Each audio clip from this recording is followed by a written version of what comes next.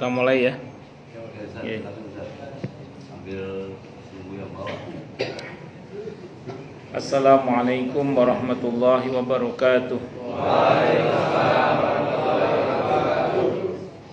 Bismillahirrahmanirrahim. Alhamdulillahi rabbil alamin. Wa bihi nasta'inu ala umurid dunya waddin.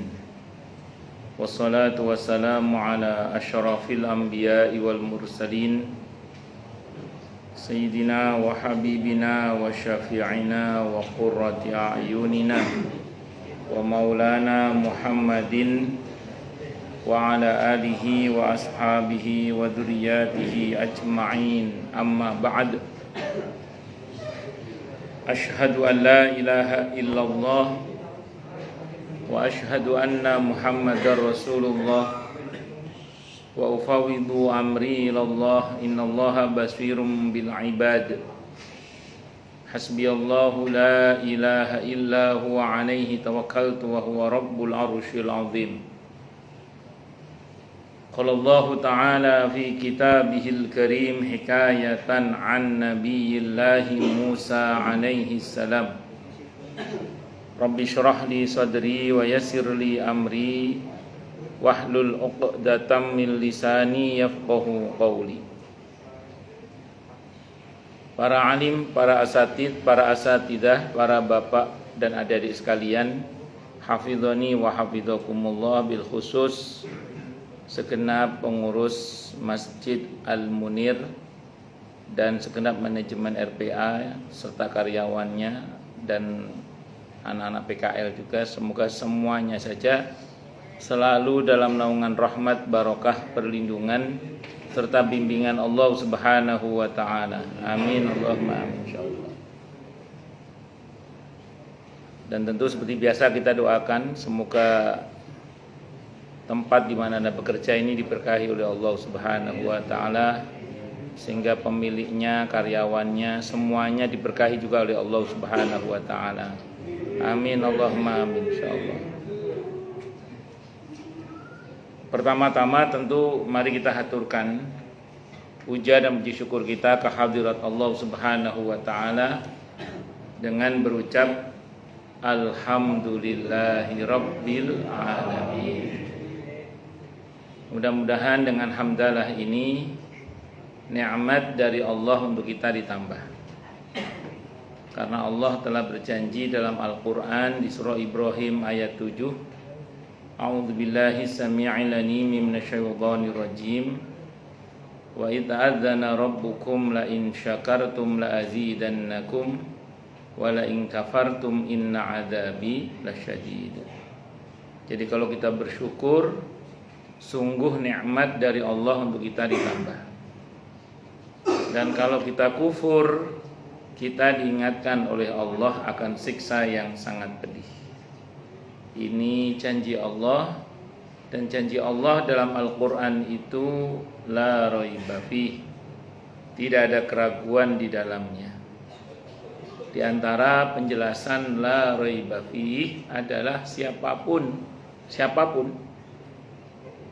yang mengamalkan isi Al-Quran dengan keimanan dan keyakinan, maka Allah akan tunjukkan kebenaran Al-Quran itu kepadanya hingga tiada lagi keraguan dalam hatinya. Salawat dan salam semoga tercurah limpahkan untuk junjungan kita Nabi besar Muhammad sallallahu alaihi wasallam. Semoga kita semua diakui sebagai umat beliau. Amin Allahumma amin insyaallah. Saya wasiatkan terutama untuk diri saya sendiri dan panjenengan semua, agar kita semua terus berusaha meningkatkan ketakwaan kita kepada Allah Subhanahu wa taala.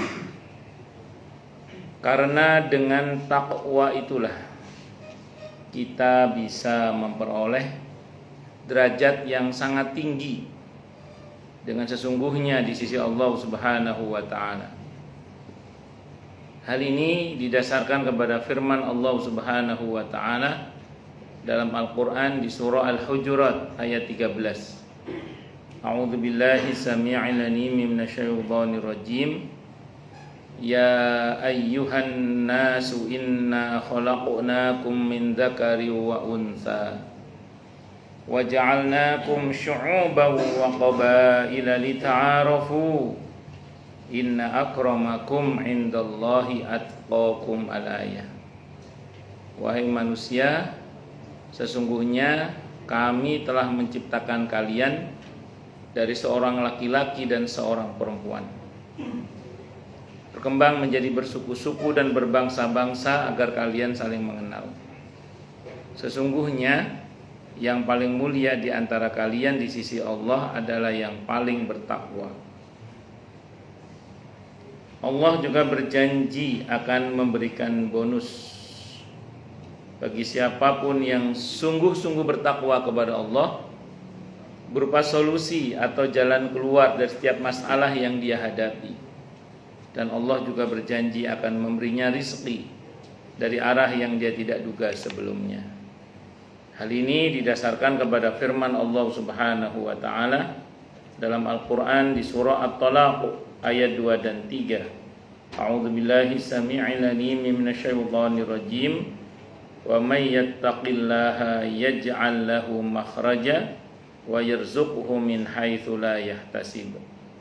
Dan barang siapa orang yang bertakwa kepada Allah, maka Allah akan berikan dia jalan keluar dan rizki yang tak terduga. Di ayat tempatnya Allah berfirman, wa may yattaqillaha yaj'al lahu min amrihi yusra. Siapa yang bertakwa kepada Allah, maka Allah akan jadikan urusannya mudah. Semoga kita semua minal muttaqin, bahkan lil muttaqina imamah. Amin. Allahumma amin insyaallah. Allahumma inna nas'aluka ilman nafi'a wa rizqan thayyiba wa amalan mutaqabbala wa fatahallahu lana futuhal arifin. Allahumma inna na'udzubika min ilmi la yanfa' wa amalin la yurfa' wa qalbin la yakhsha' wa du'a ila yusma'. Allahumma ati anfusana taqwaha wa zakkiha anta khairu man zakkaha anta waliyuha wa maulaha. Amin. Allahumma amin insyaallah. Para bapak dan adik-adik sekalian, hafizoni wa hafizakumullah. Kemarin kita sudah membahas tentang penyakit hati dan cara mengatasinya, ya, yaitu dengan cara tazkiyatun nafas, pembersihan jiwa, memperbanyak zikir dan sholat. Itu antara lain. Walaupun semua dimulai dengan detoksifikasi taubat, mengeluarkan racun-racun hati, racun-racun jiwa, racun-racun rohani dengan taubat. Baru setelah itu masukkan nutrisi-nutrisi, suplemen-suplemen kesehatan jiwa dengan cara memperbanyak zikir dan sholat. Di antaranya itu. Sekarang kita akan coba mempelajari tentang apa saja bentuk penyakit hati itu. Di antara penyakit hati itu adalah ghadab. Ghadabun artinya marah. Sebenarnya marah itu ada yang normal, bukan penyakit, ya. Memang normal itu orang marah itu. Tapi ada marah itu yang penyakit. Marah yang normal itu marahnya sekali, marah gitu aja. Tapi kalau marahnya 2 kali itu penyakit. Maksudnya apa? Marah-marah. Nah, beda kan? Jadi marah sama marah-marah beda. Apalagi pakai kata suka marah. Nah, itu lebih parah lagi itu. Apalagi terus sumbu pendek, gampang marah. Nah, itu juga sama itu. Itu penyakit juga itu. Nah, kalau suka marah, ya repot. Sukanya marah, repot. Seperti ada orang datang ke dokter, dok, saya suka pusing, saya suka sakit kepala. Kata dokter, ya udah kalau suka nggak usah diobati, suka kok. Tapi terlepas dari itu, saya mau sampaikan begini. Apa bedanya Ustadz marah dengan marah-marah? Kalau marah, marahnya tanpa amarah. Marahnya fokus, marahnya ngasih solusi. Kalau Anda, saya, kita bisa marah seperti itu, marahlah, nggak apa-apa. Itu marah yang sehat, nggak apa-apa itu. Marah yang normal itu. Asal marahnya tanpa amarah, marahnya fokus, marahnya ngasih solusi. Contoh. Ini saya langsung contoh biar gampang. Contoh marahnya Nabi kita Muhammad sallallahu alaihi wasallam. Oh, Nabi pernah marah? Pernah. Tapi Nabi nggak pernah marah-marah. Tapi marah pernah Nabi. Kalau marah-marah nggak pernah. Nah, dalam contoh ini ada dalam hadis Sahih Muslim. Ketika suatu saat sahabat Mu'adz bin Jabal radhiyallahu anhu, masya Allah. Kalau datang itu salaman. Masya Allah. Sekarang minumnya. Maafkan kalau dibikin nita gak diminum. Iya benar. Tapi benar. Emang benar. Taklim minumnya segini baru sekarang sih. Siapa itu? Iya. Siapa yang nyuruh? Pak Mugi. Masya Allah. Ini. Ya ini namanya minumannya petinju. Ya pun matur nuwun mugi nggih. Jazakallah khairan. Jadi saya ulang ya. Yo baru sekarang saya taklim kasih minum 1,5 liter ya. Oh lanjut. Jadi singkat kata singkat cerita, dalam hadis Sahih Muslim itu sahabat Mu'adz bin Jabal radhiyallahu anhu itu seusai sholat berjamaah Isya bersama dengan Nabi kita Muhammad sallallahu alaihi wasallam, beliau itu pulang. Dalam perjalanan pulang ketemu dengan satu kaum yang belum sholat Isya. Maka beliau mengulang sholat Isyanya bersama kaum itu jadi imam. Rakaat pertama surah Al-Baqarah babat habis. Udah kebayang ya? Sholat Isya rakaat pertama surah Al-Baqarah babat habis. Udah kebayang? Al-Baqarah kan hampir 3 juz. Akhirnya di antara makmumnya itu ada yang enggak kuat. Dia mufarokoh, memisahkan diri dari jamaah. Selesai duluan sholatnya. Itu dipakai dalil bolehnya kita munfarid dari imam kalau kita nggak cocok sama imam. Maka terus kemudian selesai sholat dilaporkan kepada sahabat Mu'adz bin Jabal radhiyallahu an. Tadi ada yang selesai duluan. Kata sahabat Mu'adz bin Jabal radhiyallahu an, itu yang selesai duluan tadi itu munafik itu. Yang dikatain munafik nggak terima. Demi Allah saya tidak munafik. Anda yang kelamaan sholatnya. Anda kan saya laporkan kepada Rasulullah Muhammad sallallahu alaihi wasallam. Maka dilaporkan kepada Nabi kita Muhammad sallallahu alaihi wasallam. Lihat, begitu dapat laporan, Nabi enggak langsung percaya. Nabi tabayyun. Jadi kita itu harus gitu. Kalau ada berita buruk tentang saudara kita sesama muslim, jangan langsung percaya. Tapi hendaklah kita tabayyun terlebih dahulu. Wes, singkat kata singkat cerita, Nabi bersabda, panggil Mu'adz, Nabi mau tabayyun. Maka datanglah sahabat Mu'adz bin Jabal radhiyallahu anhu. Begitu datang Nabi enggak langsung marah. Itu pertanda bahwa Nabi marahnya tanpa amarah. Orang kalau pakai amarah, yang dimarahi masih jauh, udah gini aja. Padahal belum jelas kan apa yang harus dia marah, karena apa dia harus marah, belum jelas. Nah, kalau Nabi enggak, begitu sahabat Mu'adz datang bin Jabal radhiyallahu datang, Nabi enggak langsung marah. Kata Nabi, udnu sini, mendekat. Itu pertanda bahwa Nabi marahnya tanpa amarah. Begitu datang mendekat, Nabi tanya tabayun, nanya baik-baik, apa betul kamu semalam jadi imam sholat Isya bagi satu kaum, rakaat pertama surah Al-Baqarah babat habis? Sahabat Mu'adz radhiyallahu mengatakan, benar ya Rasulullah.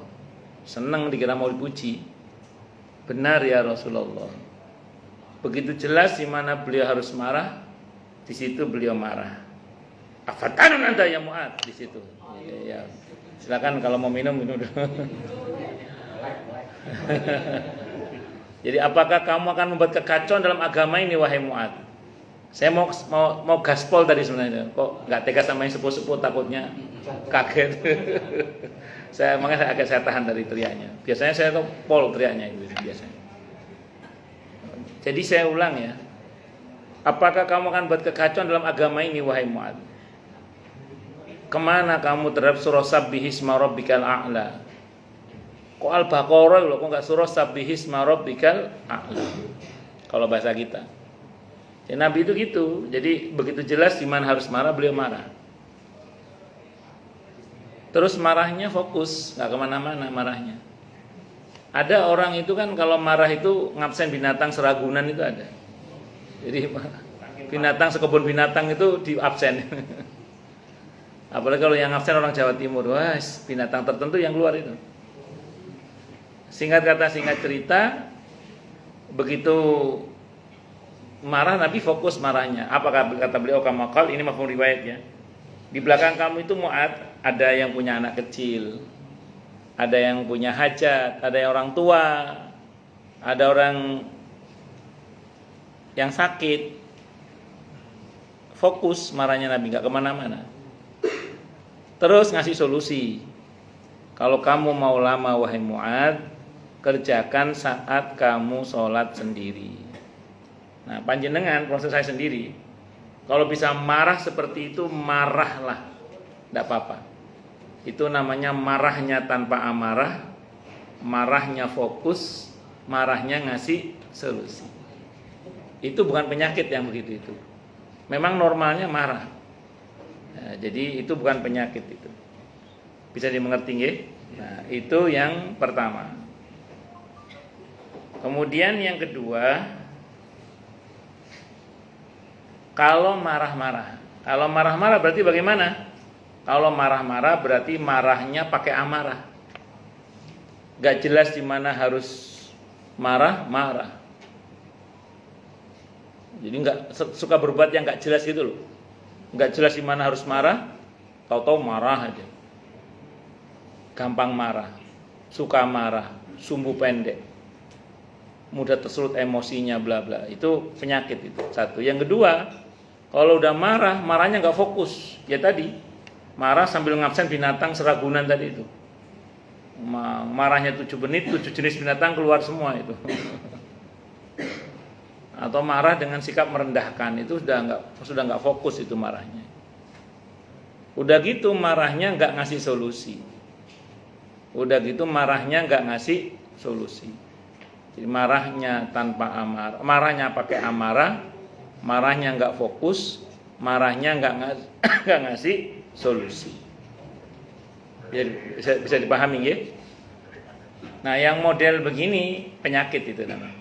Nah, nanti silakan dicek ya. Anda termasuk yang marahnya bagaimana? Ya, kalau jenengan termasuk yang marahnya itu tanpa amarah, artinya di mana sebelum jelas di mana kita harus marah, kita nggak marah. Terus kalaupun marah, marahnya fokus, marahnya ngasih solusi. Kalau begitu marahnya panjenengan, marahnya saya, marahnya kita, itu marah yang sehat, tidak apa-apa, normal itu.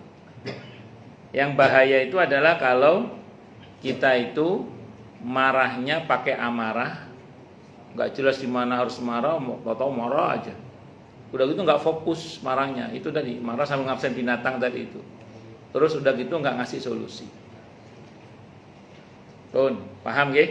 Satu. Itu yang kalau marah-marah itu yang kata Nabi dikatakan la taghdab falakal jannah. Jangan kamu marah maka bagimu surga. Maksudnya jangan kamu marah-marah, itu maksudnya. Lanjut. Berikutnya jenis penyakit hati yang berikutnya namanya riya. Riya itu ingin dilihat orang, ingin dipuji orang. Dalam Islam kita tidak boleh beramal karena ingin dipuji oleh manusia. Kenapa? Karena yang berhak dipuji itu hanya Allah. Jadi yang berhak dipuji itu hanya Allah. Bisa dipahami ya? Nah, maka kita tidak boleh berbuat hanya karena ingin dipuji oleh makhluk, itu tidak boleh.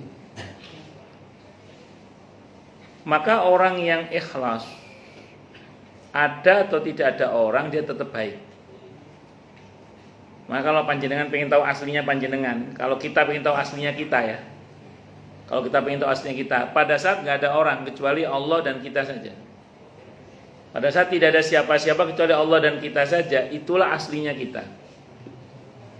Kalau kita ada orang, nggak ada orang, tetap baik, itulah orang yang ikhlas.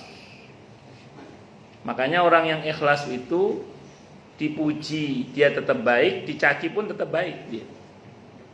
Karena dia nggak ada urusan dengan pujian orang atau cacian orang, gak urus is. No reken, kak ngereken is. Orang mau memuji tidak membuat dia lebih semangat, dicaci pun tidak membuat dia patah semangat. Kenapa? Karena urusan dia dengan Allah, bukan dengan makhluk. Yang punya pahala itu siapa? Allah. Yang punya surga itu siapa? Allah. Maka nanti orang yang beramal kebaikan karena selain Allah disuruh minta pahala kepada dia. Itu ada dalam kitab Riyadhus Shalihin itu. Kata Allah, datang kamu kepada karena siapa engkau berbuat, minta pahala pada dia. Masalahnya selain Allah itu enggak bisa ngasih pahala. Karena yang punya pahala itu siapa? Allah. Selain Allah itu enggak bisa ngasih surga, karena yang punya surga itu siapa? Allah. Maka akhirnya mereka masuk neraka gara-gara selain Allah memang nggak bisa ngasih surga. Selain Allah nggak bisa ngasih pahala. Maka kita jangan fokus pada penilaian makhluk. Orang yang sibuk dengan penilaian makhluk akan memperburuk hubungannya dengan Al-Khaliq. Jadi orang yang sibuk dengan penilaian makhluk itu akan buruk hubungannya dengan Al-Khaliq. Supaya hubungan kita dengan Al-Khaliq bagus, jangan sibuk dengan penilaian makhluk. Orang yang sibuk dengan penilaian makhluk, dia akan terpenjara oleh pikiran-pikirannya makhluk. Dia akan terpenjara oleh penilaiannya makhluk. Gak lepas, gak bebas kita itu. Kenapa? Karena kita sibuk dengan pencitraan, gitu loh. Tapi orang yang sibuk dengan penilaian Allah, dia nggak peduli orang mau ngomong apa kayak sakarepmu. Gitu. Orang mau ngomong apa, wis kono lek-leken kono wis. Entek-entek no kono. Kira-kira gitu ya. Sakarepmu wis, kayak kon ngomong apa sakarepmu. Kenapa? Karena kita nggak fokus pada penilaian makhluk. Kita fokus pada penilaian Allah. Yang penting Allah ridho, Allah cinta sama kita, Allah rahmati kita. Kayak wong ngomong apa sakarepmu kono wis. Gitu. Kenapa? Karena kita fokusnya pada itu. Makanya kalau kita digoda setan, ingin dipuji oleh makhluk, katakan dalam hati kita, enggak, saya ingin dipuji oleh Allah saja. Jadi kalau kita digoda oleh setan ingin dipuji oleh makhluk, katakan enggak, saya mau dipuji oleh Allah saja, oleh Allah saja. Kalau setan begitu kuat menggoda kita agar supaya kita ingin dipuji oleh makhluk, katakan yang punya pahala itu Allah, yang punya surga itu Allah. Makhluk bisa apa? Tanyakan gitu. Makhluk bisa apa? Makhluk. Misalnya Pak Usman muji saya. Memang kalau Pak Usman muji saya terus bayarin listrik rumah saya kan enggak kan? Enggak. Paling Pak Usman kalau muji saya bilang, "Weh, Pak Ustadz." Begitu doang. Ya, misalnya. Mentok, Ustadz, Masya Allah. Gitu aja. Pak Usman bisa ngasih pahala ke saya? Enggak. Pak Usman bisa ngasih surga ke saya? Enggak bisa. Dan kalau misalnya seseorang itu berbuat karena pujian makhluk, nanti disuruh datang ke makhluk itu suruh minta pahala ke dia. Pertanyaannya, bisa nggak ngasih pahala? Enggak bisa. Bisa nggak ngasih surga? Enggak bisa. Makanya syarat ke neraka, na'udzubillahi min syarri dzalik. Maka kalau setan menggoda kita untuk riya, ingin dipuji oleh makhluk, katakan enggak. Saya ingin dipuji oleh Allah saja. Masya Allah. Maka Pak Awan. Jadi kita ingin dipuji oleh Allah saja. Saya ingin dipuji oleh Allah saja. Fokus begitu. Karena yang punya pahala itu siapa? Allah. Kalau setan masih terus menggoda kita agar kita riya ingin dipuji oleh makhluk, mentok, katakan dalam hati itu gini: ya Allah, Engkau Maha Tahu ini bukan hamba. Ya Allah, Engkau Maha Tahu ini bukan hamba. Kenapa? Karena sejatinya hamba, hati yang paling dalam dari hamba ya Allah, ingin berbuat semata-mata karena Engkau. Ingin berbuat semata-mata hanya karena Engkau ya Allah. Saya pas ngomong gini, ada anaknya jamaah saya itu ngomongin ke saya. Emang enggak boleh Ustaz, kita berbuat sesuatu karena ingin dipuji oleh mama papa, katanya gitu. Kan kita pengen dipuji oleh mama papa Ustaz, dia bilang gitu. Saya jawab gini sama dia. Justru kalau adik pengen tahu aslinya adik, saat adik berbuat sesuatu tanpa ada yang tahu kecuali Allah dan adik, itu aslinya adik itu. Kalau adik orientasinya adalah ingin dipuji oleh mama papa, berarti kalau nggak ada mama papa nggak baik berarti, nggak berbuat baik berarti. Jadi berbuat baik hanya kalau dilihat oleh mama papa. Kalau nggak ada mama papa terus nggak baik gitu. Paham maksudnya ya? Nah, makanya saya justru kalau adik ingin tahu aslinya adik adalah saat tidak ada siapa-siapa kecuali Allah dan adik itu. Itulah aslinya kita. Orang yang ikhlas itu begitu. Ada nggak ada orang dia tetap baik. Nah, kalau mau kita teruskan, ada atau tidak ada Pak Haji Wawan, kerjanya tetap benar gitu loh. Urusannya nanti dengan Allah, bukan dengan Pak Haji Wawan, bukan. Pak Haji Wawan kan hanya secara administrasi saja, tapi penilaian sesungguhnya kan dari Allah. Sehingga itu yang pernah saya sampaikan di sini kan. Kita itu kalau bersungguh-sungguh dalam bekerja karena Allah, mentaati perintah Allah di surah Al-Maidah ayat 1 itu, Bismillahirrahmanirrahim. Ya ayyuhalladzina amanu aufu bil uqud. Hei orang-orang yang telah beriman, tepatilah akad-akad kalian. Itu enggak usah khawatir. Saya kerja sungguh-sungguh karena Allah. Soal HRD tahu enggak tahu terserah, yang penting Allah tahu. Itu enggak usah khawatir. Itu dari hal-hal yang sifatnya gaib dari Allah, barokah itu akan didatangkan insya Allah. Bahkan kalau teorinya para ulama ketika membahas tentang wailul likulli humazatil lumazah, bukan. Wailul lil mutaffifina alladziina idza iktalu 'alan nasi yastawfun wa idza kaluhum aw wazanuhum yukhsirun. Celakalah orang yang curang dalam timbangan dan takarannya, yang kalau menimbang dan menakar untuk dirinya maunya dipenuhi, kalau untuk orang lain maunya dikurangi. Itu diantara penjelasan apa? Kalau gajian maunya penuh, kerjanya asal-asalan. Di sini nggak ada tempat lain, di sini nggak ada tempat lain. Di tempat lain begitu. Jadi kalau gajian maunya apa? Penuh. Kerjanya apa? Asal-asalan. Itu kalau kata para ulama gini itu. Itu kalau sampai gaji yang dia tuntut dari perusahaan misalnya nggak cocok dengan apa yang dia kerjakan karena dia asal-asalan, maka kekurangan pekerjaannya karena dia khianat dengan pekerjaannya itu akan dituntut oleh Allah dengan hilangnya keberkahannya. Nah, tapi sebaliknya kalau kita melebihkan pekerjaan kita dengan sebaik mungkin sampai gaji kita nggak pantas untuk kita, harusnya kita gaji lebih tinggi lagi, maka kekurangan gaji kita akan Allah tutup dengan keberkahan. Insya Allah begitu kata. Itu teorinya para ulama. Saya pas ngomong gini saat itu saya ngisi kajian di sebuah perusahaan teh. Nggak sebut mereknya tehnya, karena nggak ngasih sponsor.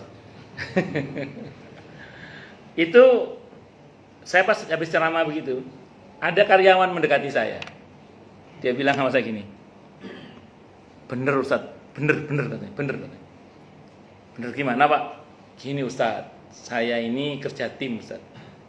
Saya lupa berapa orang, 5 orang kalau nggak salah. Kalau nggak 4, 5 orang lah. Kalau saya nggak salah 5 orang. Saya lupa itu. Seingat saya kalau nggak 4, 5 orang. Di antara tim kami itu ada satu itu karyawan senior Ustaz. Ada satu itu karyawan apa? Senior. Itu kalau kita kerja Ustaz, dia ongkang-ongkang nggak mau kerja Ustaz. Akhirnya kerja cuma 4 orang, harusnya 5 orang kerja cuma 4 orang yang kerja. Sementara dia gajinya paling gede Ustaz. Gajinya paling gede, kerjanya mau ongkang-ongkangan toh. Kita yang kerja, dia nggak kerja Ustaz. Apa kata karyawannya yang kita? Tapi saya melihat sendiri Ustaz, bagaimana walaupun dia gajinya paling besar, tapi keberkahan itu tidak ada dalam kehidupan rumah tangganya. Bahkan ada beberapa kasus yang disebut itu. Jadi walaupun uangnya kayaknya gajinya paling banyak, tapi ya tadi karena keberkahannya nggak ada, kebaikannya berarti nggak ada. Yos beraneka macam masalah itu Nah, sementara kami yang gajinya nggak sebesar dia, alhamdulillah, masya Allah, itu ya diberkahi lah oleh Allah Subhanahu wa Ta'ala. Nah, makanya jangan bekerja saja karena Allah, fokus pada pengawasan Allah yang nggak pernah lalai itu. Sebaik mungkin tepati firman Allah di surah Al-Maidah ayat 1 itu, hindari apa yang dikecam oleh Allah di surah Al-Mutaffifin itu. HRD tahu nggak tahu, wes nggak urusan. Yang penting apa? Allah. Gak usah khawatir, keberkahan itu akan Allah kasih. Itu seperti itu. Bisa dipahami, ya? Nah, itu seperti itu. Allah Akbar. Lagi pula kalau cari muka depan HRD ya capek juga. Muka kok dicari, modal mukanya. Pokoknya berbuat karena Allah. Ya, ini kita latihan ikhlas. Kita latihan apa? Ikhlas. Berbuat semata-mata hanya karena Allah. Kalkulasi kita itu semuanya dengan Allah. Tidak usah khawatir. Kalau orang ikhlas itu urusannya dengan Allah. Oh, lanjut. Nah, ini kalau saya lanjut takutnya banyak pertanyaan. Ada banyak pertanyaan nggak ini? Monggo silakan kalau ada. Kalau nggak ada saya mau teruskan. Monggo silakan. Oh, ini kan Pak. Sisa kemarin. Oh, sisa kemarin. Masya Allah. Saya izin minum dulu nggih. Bismillah.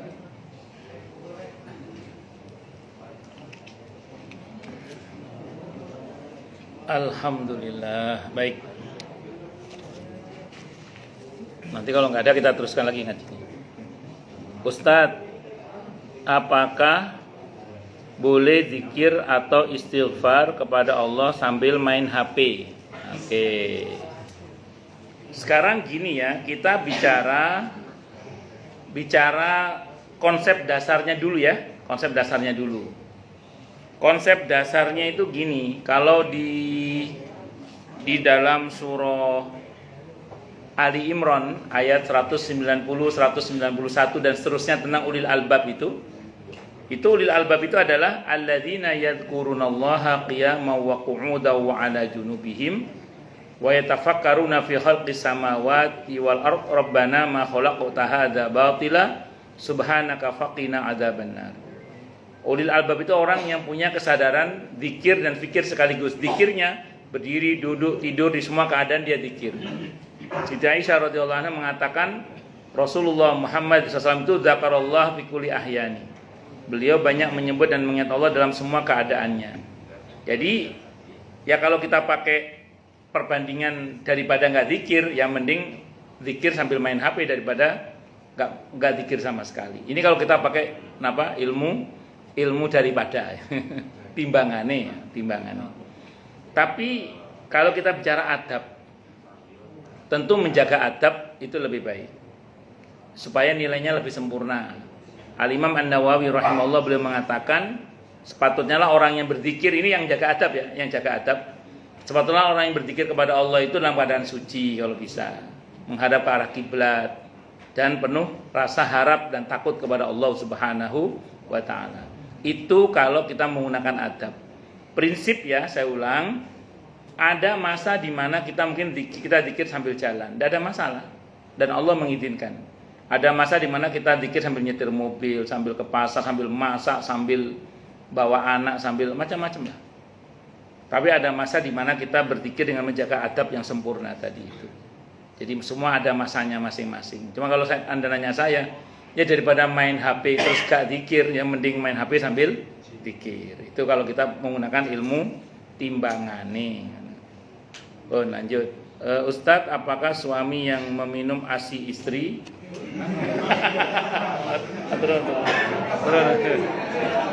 Oke. Ustadz, apakah suami yang meminum ASI istri menjadikan mahram? Dalam fikih madhab Syafi'i, dalam fikih madhab Syafi'i, anak yang masuk kategori bermahram kepada ibu susuannya itu kalau satu, dia berumur 2 tahun ke bawah, bukan 20 tahun ke atas, bukan.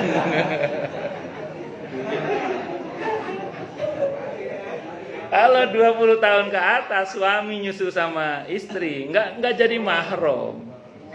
Tapi ini cerita anekdot, jangan dianggap ini cerita beneran. Jadi saya nggak bohong ya, ini cerita anekdot, cerita fiksi ini.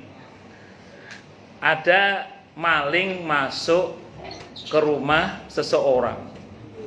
Rupanya di rumah itu sedang ada adegan di mana seorang suami nyusu sama istrinya. Maling itu langsung pergi, lalu lari dia. Ditanya sama temennya, kamu kenapa lari? Anaknya saja berkumis, bagaimana bapaknya, katanya. Udah aja, udah wes. Ini kalau Jawa Timur dan Kumat begitu. Balik. Jadi itu ya, jadi 2 tahun ke bawah. Terus 5 kali kenyang. 5 kali kenyang, netek sampai dia kenyang copot 1. Nanti netek lagi, kenyang 2. 3 sampai 5 kali kenyang. Lah kalau panjenengan minum ASI apa ya kenyang jenengan itu. Wong jenengan makan udah tongseng, tengkleng, nasi uduk, jengkol soalnya. Nah, jadi kriterianya 2 tahun apa? Ke bawah. Terus kemudian nenennya itu nyusunya itu minum ASINya itu sampai 5 kali kenyang. Itu dalam madhab Syafi'i. Jadi tadi maaf ini tentu kasusnya biasanya kalau istri lagi menyusui ya. Tanpa sengaja tertelan ASINya istri oleh suami itu tidak menjadikannya mahram. Paham ya? Bahkan saya punya guru tafsir dulu sewaktu saya masih belajar ya. Saat itu guru tafsir saya sedang membahas ASI ini. Jadi ayatnya pas ayat tentang ASI. Beliau cerita, saya pernah sakit. Kata guru tafsir saya itu. Saya mengamalkan ayat ini. Ada saudara beliau atau tetangga beliau itu sedang menyusui. Diminta air ASINya. Maaf kalau di kampung kan bisa didot. Diambil air ASINya. Kira-kira ada setengah gelas beliau minum pas sakit itu. Qaddarallah sembuh.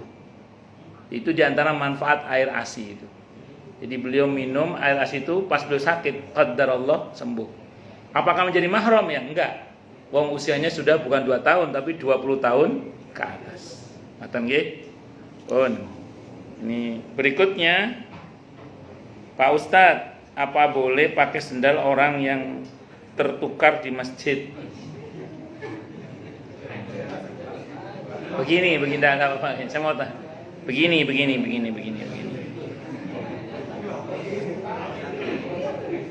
Panjenengan bawa sendal warna yang sama dengan orang yang mengambil sendal Anda gitu ya. Terus begitu mau pulang Anda bingung apakah mau pakai sendal yang ini ataukah kita tinggal saja. Sebenarnya gini ya, kalau kita bicara secara hukum Islam, kita ngomong fikih dulu ya. Perpindahan hak seseorang kepada orang lain itu kan bisa melalui hibah, hadiah, jual beli, hibah, hadiah, jual beli, wakaf nanti dan berbagai macam bentuk pemindahan hak ya. Nah ini kasusnya apa? Tukar menukar, barter, jual beli? Enggak juga kan? Enggak ada akad kok. Kan enggak ada akad. Bisa dipahami enggak? Kan enggak ada akad jual beli, enggak ada akad pemindahan hak. Maka yang paling aman adalah ya pulang nyeker aja udah. Anggap barang Anda diambil orang itu aja. Nah itu saya pernah begitu, ngalami gitu. Jadi sepatu saya dibawa orang, saya pilih nyeker. Tapi walaupun ada jamaah terus datang ke saya, Ustaz pakai sendal saya aja. Akhirnya pakai sendal dia. Itu seperti itu. Jadi saya yang tertukar dengan saya nggak saya ambil. Kalau saya pribadi ya. Kenapa? Karena tidak ada akad pemindahan. Namun di fikih itu ada istilah akad mu'atoh. Tapi ini kan kaitan dengan jual beli. Ini kan bukan jual beli. Akad mu'atoh itu gini. Misalnya di sini ada warung jual beli gorengan lah. Yang jenengan tahu harganya. Kan kadang pas kita mau beli orangnya nggak ada. Terus langsung ngambil aja, yang penting kita naruh uang di situ. Itu namanya semacam akad mu'atoh namanya itu. Jadi sesuatu yang kita nggak berakad dengan penjualnya, tapi itu sah secara hukum muamalah karena kita tahu biasanya harganya segitu. Wis biasa lumrah lah orang begitu itu.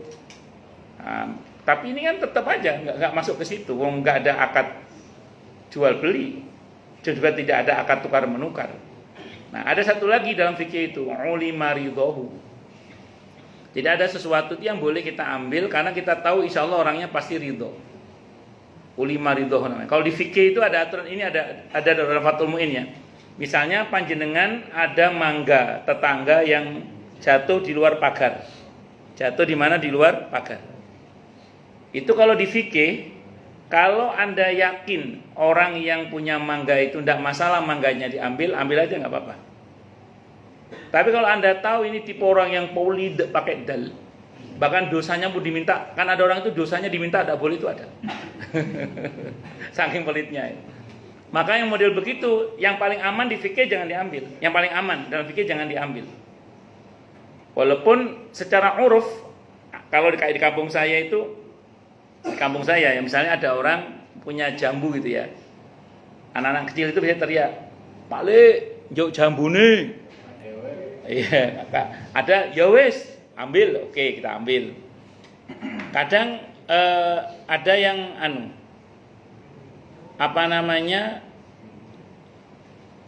yang nggak ada jawaban gitu loh. Pak Le minta jambunya gitu. Ya, enggak ada jawaban, diam aja. Oh, diam tanda ridho. Ulima ridho. Kadang ojo diambil, tetap diambil sama anak-anak itu kadang. Kenapa? Karena larangan adalah izin yang tertunda. Karena nanti gini, kalau di kampung saya tapi ya, nanti itu ada masa di mana anak-anak nonton TV bareng satu kampung itu. Dulu kan kalau nonton TV itu bareng-bareng gitu, satu TV nonton bareng, TV-nya taruh di atas gitu. TV-nya warnanya dari kaca luarnya itu. Masih nutut ya. Nanti nunggu film apa. Itu sambil nonton tuh kadang bapak-bapak yang jambunya diambil ngomong, "Kamu kemarin ngambil jambu saya ya?" "Iya, Pak De." Gitu. "Ojo ulangi lagi ya." Oke, berarti kan itu namanya izin yang tertunda namanya itu. Tapi yang paling aman ya tadi ulima. Nah, pertanyaan gini, kira-kira sendal ini kalau saya bawa berdasar karena dia membawa sendal kita, kira-kira orangnya ridho apa enggak kira-kira? Kalau ridho bawa aja udah nggak apa-apa. Anda ridho.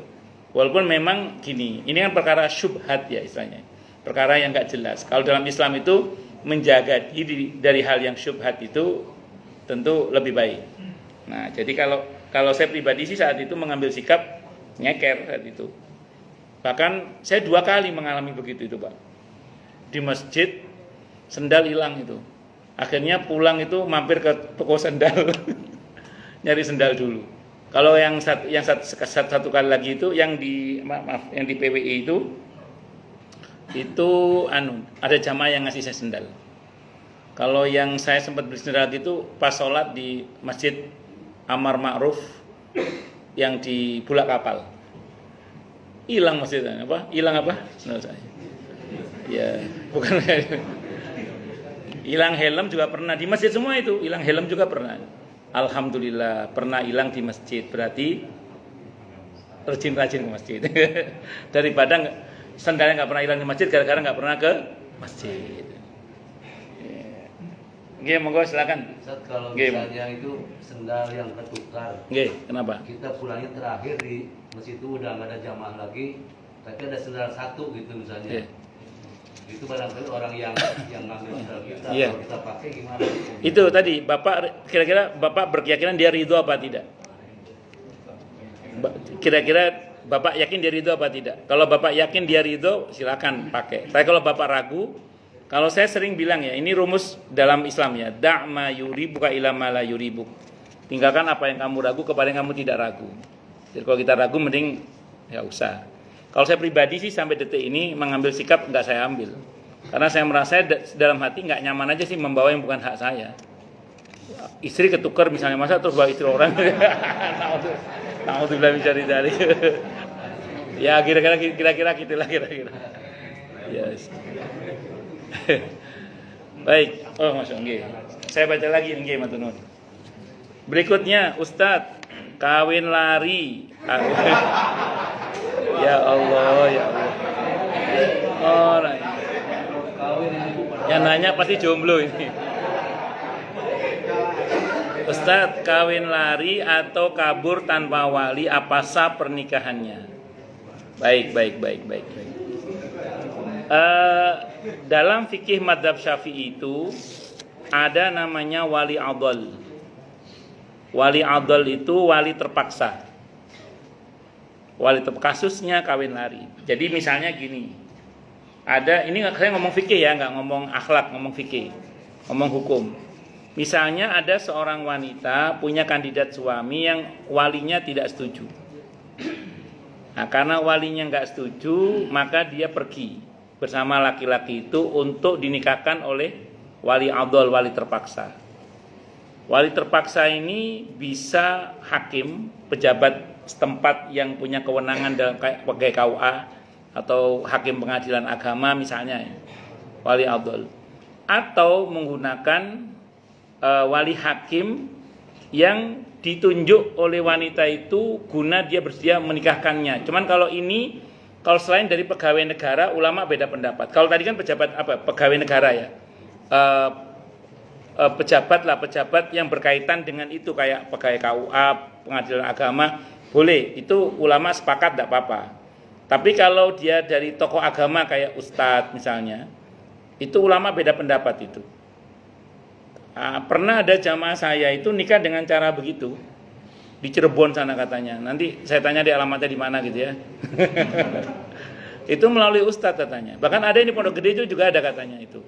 Itu kalau di Pondok Gede itu pegawai KUA itu. Pegawai KUA terus kemudian nanti dikeluarkan suratnya. Tapi bukan surat nikah, surat tanda tangan aja berarti sudah menikah secara agama gitu. Kalau yang di Pondok Gede itu. Nah, jadi saya tahu karena yang melakukan itu adalah jamaah saya, tapi sudah meninggal orangnya. Jadi saya nggak tahu juga alamatnya di mana karena sudah meninggal. Nah, jadi ya nanti saya cari sendiri informasinya itu. Jadi boleh menggunakan wali abdul, wali terpaksa namanya. Tapi kalau orang tuanya tahu, terus orang tuanya menggugat agar pernikahannya dibatalkan karena dianggap tidak kufu, tidak sepadan, itu nanti dari pihak wanita boleh mengajukan kepada hakim untuk membatalkannya. Cuman masalahnya kalau di negara kita, kalau pernikahannya tidak terdaftar di pengadilan agama, ya nggak bisa kita menggugat. Nah, jadi akhirnya tetap sah juga sih pernikahannya itu, ruwet juga urusannya itu.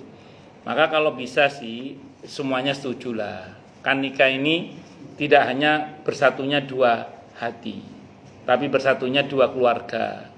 Ya, kalau bisa setujulah, jangan sampai tidak setuju semuanya. Ya bagaimana caranya negosiasi ke calon mertua gitu aja. Kalau seingat saya dulu itu negara melayani kalau dulu. Saya nggak tahu kalau sekarang. Saya cerita dikit aja. Tahu Cak Nun ya, MHN Najib. Nah, beliau itu sama Ibu Novia Kolopaking itu kan keluarganya Ibu Novia Kolopaking kan nggak setuju. Itu beliau hampir ditembak itu. Nah sementara ya saya nggak tahu bagaimana ceritanya, akhirnya lari kan ke Jombang itu, terus oleh penduduk setempat, oleh aparatur negara setempat itu dibuatkan KTP, terus dinikahkan oleh KUA setempat, akhirnya sah menikah sebagai suami istri dalam hukum negara karena menggunakan wali adol. Saya nggak tahu hukum positifnya masih diatur apa tidak. Kalau yang saya tahu kasusnya Cak Nun itu. Walaupun akhirnya mertuanya setuju juga akhirnya sih.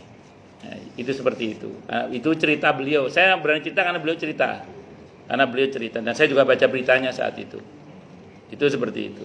Jadi saya ulang, kalau dia dalam hukum fikih ada namanya wali adol. Dulu negara memfasilitasi itu yang saya tahu, wali adol itu. Nah, saya nggak tahu sekarang apakah masih ada itu wali adol dalam hukum positivitas, saya kurang tahu. Namanya wali adol namanya.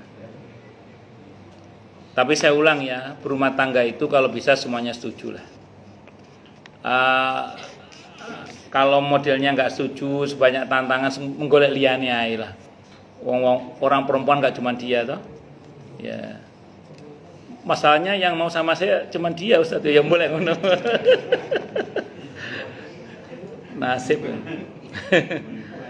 Orang yang suka bermaksiat tapi rajin ibadah, rendah hati, apakah lebih baik daripada orang yang rajin ibadah atau berilmu tapi bangga dengan ilmunya atau sombong? Saya mau terangkan dulu gini ya. Perbuatan dosa yang membuat dia merasa berdosa dan akhirnya dia bertobat dan mendekat kepada Allah, kata Ibnu Qayyim, lebih baik daripada orang yang rajin beribadah tapi sombong. Tapi catatannya dia berbuat dosanya itu karena menyadari akan dosanya itu dan dia bertobat kepada Allah. Itu namanya perbuatan dosa yang membuat dia semakin dekat dengan Allah itu lebih baik daripada orang yang ahli ibadah tapi sombong, sehingga dia semakin jauh dari Allah. Tapi jangan salah paham loh ini ya. Oleh ngono aku tak berbuat dosa sambil merasa berdosa sama Allah. Nah, gini. Kalau kita dengan sengaja berani berbuat dosa kepada Allah, Ibnu Qayyim berkata begini. Kalian jangan lihat dosanya, tapi lihatlah kepada siapa kalian akan berbuat dosa. Kita itu kalau ngelihat dosa, dosa kecil santai aja lah. Kita akan meremehkan perbuatan dosa. Tapi kalau kita berpikir kepada siapa kita akan durhaka, kepada siapa kita akan durhaka? Kepada yang menciptakan kita, yang menentukan nasib kita, rizki kita, yang berkuasa membanting kita dalam kehinaan, yang berkuasa melejitkan kita dalam kemuliaan. Siapa? Allah. Maka kita akan berpikir beribu-ribu kali untuk durhaka kepada pencipta kita. Nah, makanya saya ulang sekali lagi, sebisa mungkin kalaupun kita termasuk orang yang pernah berbuat salah, segera tobat minta ampun kepada Allah. Nah, bagi yang kemudian larut dalam ibadah, jangan sombong dengan ibadahnya. Ya memang fakta yang ditanyakan ini memang ada, seperti ini ada memang, fakta ada. Tapi saya mau sampaikan gini ya, dihitung dari manapun, orang yang berilmu itu ada potensi selamat daripada orang yang tidak berilmu. Jadi orang yang berilmu, yang ahli ibadah itu semelenceng-melencengnya itu masih ada potensi selamat. Tahu kenapa? Karena dia tahu jalan pulang. Sementara yang tidak berilmu, yang apalagi ahli maksiat, udah nggak berilmu ahli maksiat, itu kadang ya celaka. Kenapa? Karena dia tidak tahu jalan pulang. Ya, saya ulang ya, kalau orang berilmu, ahli ibadah, sesombong-sombongnya masih ada potensi selamat. Kenapa? Karena dia tahu jalan pulang dia. Nah, sementara orang bodoh, apalagi dia ahli maksiat, nah, biasanya dia tidak tahu jalan pulang biasanya. Makanya banyak yang celaka. Naudzubillah min syarri dzalik. Jadi ya dihitung dari manapun, tetap yang berilmu dan ahli ibadah itu masih lebih baik kalau lihat dari sisi itu ya. Kenapa? Karena dia ada potensi bertobat, karena dia tahu jalan pulang itu. Hanya sing bener ya apik berilmu itu yang benar itu. Bagaimana menurut Ustadz ketika sholat dalam kondisi mabuk atau habis minum alkohol? Masih ingat sholat, bagus. Nggih, teler masih ingat sholat, bagus. Betul itu, iya. Teler masih ingat sholat, bagus. Iya, kalau nggak teler lebih bagus lagi. Saya itu pernah tahu ada seseorang itu malam itu dugem. Besoknya subuh di masjid jamaah subuh paling pertama, dan itu selalu gitu. Dari mana Ustaz tahu? Ada jamaah yang cerita itu teman beliau sewaktu beliau masih aktif bekerja dulu, itu kebiasaannya begitu. Jadi malam dugem, subuh sholat jamaah di masjid subuh pertama. Paham maksudnya nggih? Tapi dia sholat. Saya nggak tahu akhirnya bagaimana itu. Kalau di zaman Nabi ada namanya Nuaiman radhiyallahu anhu, sahabat Nabi namanya Nuaiman radhiyallahu anhu. Itu kalau mabok di masjid itu, enggak mau di diskotik. Iya. Sama Nabi dicambuk 80 kali. Kan kalau mabok kan kena had. Pernah sahabat yang ditugasi nyambuk itu sambil melaknat itu. Kata Nabi, la tal'anu, jangan kamu laknat dia. Innahu yuhibbullaha wa rasulah. Dia mencintai Allah dan Rasulnya. Ya, jadi itu sampai nanti di zaman Sayyidina Utsman ibn Affan radhiyallahu anhu baru tobat beliau, enggak mabok lagi itu. Di masa Nabi ikut jihad beliau, mabok ikut jihad juga. Gitu. Dan itu sahabat Nabi radhiyallahu anhu. Akhirnya tobat juga sih di zaman Sayyidina Utsman ibn Affan radhiyallahu anhu. Namanya Nuaiman radhiyallahu anhu. Itu Nabi diajak makan bareng-bareng sama beliau itu. Selesai makan kata ya Rasulullah silakan dibayar. Coba bayangkan. Dikira Nabi ditraktir, ternyata Nabi turun traktir. Ya Nabi enggak marah. Karena beliau tahu ini orang mencintai Allah dan Rasul. Cuman gayanya itu kayak Noah kali pol-polan. Pernah bersama Abu Bakar As-Siddiq radhiyallahu anhu dapat tugas, ada seorang sahabat yang orangnya pendiam, lagi gak punya uang untuk makan. Itu temennya, orangnya lugu temennya itu, ditangkap, dijual di pasar coba. Sebagai budak. Abu Bakar datang, mana si fulan?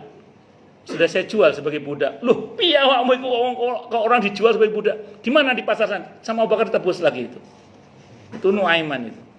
Wah, kebayang enggak punya teman kayak gitu, resek banget. Tapi sahabat mulia itu, radhiyallahu anhu. Nuaiman radhiyallahu anhu. Tapi jangan ditiru. Mabuknya jangan ditiru karena Nabi tetap mencambuk beliau, dicambuk 80 kali. Mabuk depan itu cambuk, tetap dicambuk. Sampean mau dicambuk ya. Tetap kena had tapi. Nah, saya secara pribadi itu juga punya jamaah itu. Saya punya jamaah. Oh, itu sampai sekarang mudah-mudahan segera tobat amin insyaallah. Oh, sampai sekarang itu masih suka mabuk sampai sekarang. Sampai sekarang. Ya enggak tahu dia enggak bisa berhenti mungkin itu. Kalau ngaji paling depan. Kalau ngaji paling depan. Sering itu. Itu. Ya saya bilang yang penting ngaji saya bilang. Yang penting ngaji jangan enggak ngaji saya. Harapan saya semoga ada masa di mana dia taubat. Amin Allahumma amin insyaallah. Saya enggak sebut namanya, bukan orang sini, bukan orang tempat lain ada. Pak Ustadz mau nanya. Jadi saya ulang ya, dia masih ingat sholat itu masih bagus, alhamdulillah. Teruskan saja sholatnya, bukan teruskan mabuknya, bukan teruskan sholatnya. Teruskan sholatnya itu, mudah-mudahan ada masa di mana dia mendapatkan hidayah dan taufik dari Allah Subhanahu wa taala. Amin Allahumma insyaallah. Pak Ustadz mau nanya, kenapa bentuk setan di setiap negara itu berbeda-beda?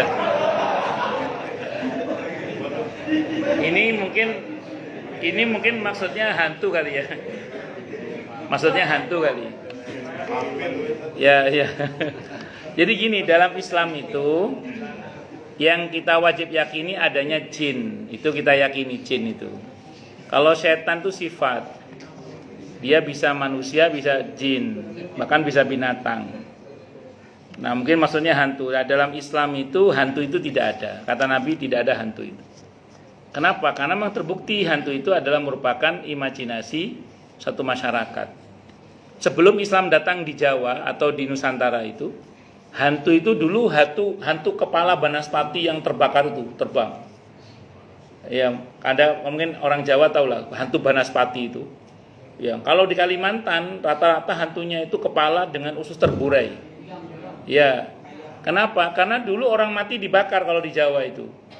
Kalau di Kalimantan itu kan ditaruh di pohon-pohon, termasuk di mana? Di daerah Sulawesi di mana Pak itu? Ya, di daerah sana lah, daerah. Ya, itu kan makanya hantunya bentuknya kayak gitu. Nah, begitu Islam datang kan dikafani, mulai muncullah hantu pocong yang kayak permen dibungkus itu, dok. Imagine. Makanya ketika ada konvensi hantu itu dari Indonesia itu paling ngenes pakaiannya. Yang suster ngesot, sundel bolong, macam-macam. Nah, sementara yang dari Amerika vampir Dracula gitu. Dracula terutama yang dari Amerika Eropa itu. Kalau dari Cina vampir itu. Itu seperti itu. Jadi memang intinya hantu itu imajinasi masyarakat. Dalam Islam tidak ada hantu itu. Yang ada jin gitu aja. Nah, nanti jin itu membentuk imajinasinya masing-masing. Assalamualaikum Ustaz. Waalaikumsalam warahmatullahi wabarakatuh. Orang punya utang secara omongan, bayar pakai tanah, akan tetapi tanah tersebut dijual ke orang. Apakah tanah tersebut termasuk milik yang meminjamkan uang? Gini, maka inilah pentingnya kita terbiasa dengan akad ya. Terbiasa dengan akad. Jadi ketika kemudian dia punya utang kepada panjenengan, terus dia mau bayar pakai tanah, itu dealkan akadnya. Dengan ini saya membayar utang kepada si fulan dengan bentuk tanah di daerah sini dengan luas sekian. Itu biasakan itu. Akad itu biasakan. Supaya statusnya jelas. Jangan sampai statusnya enggak jelas. Bisa dipahami ya? Nah, kalau gini sebenarnya kalau memang betul diakadkan dengan jelas, maka tanah itu sudah sah menjadi pemilik yang menghutangi. dan tidak sah dijual ke orang lain karena bukan haknya. Itu seperti itu.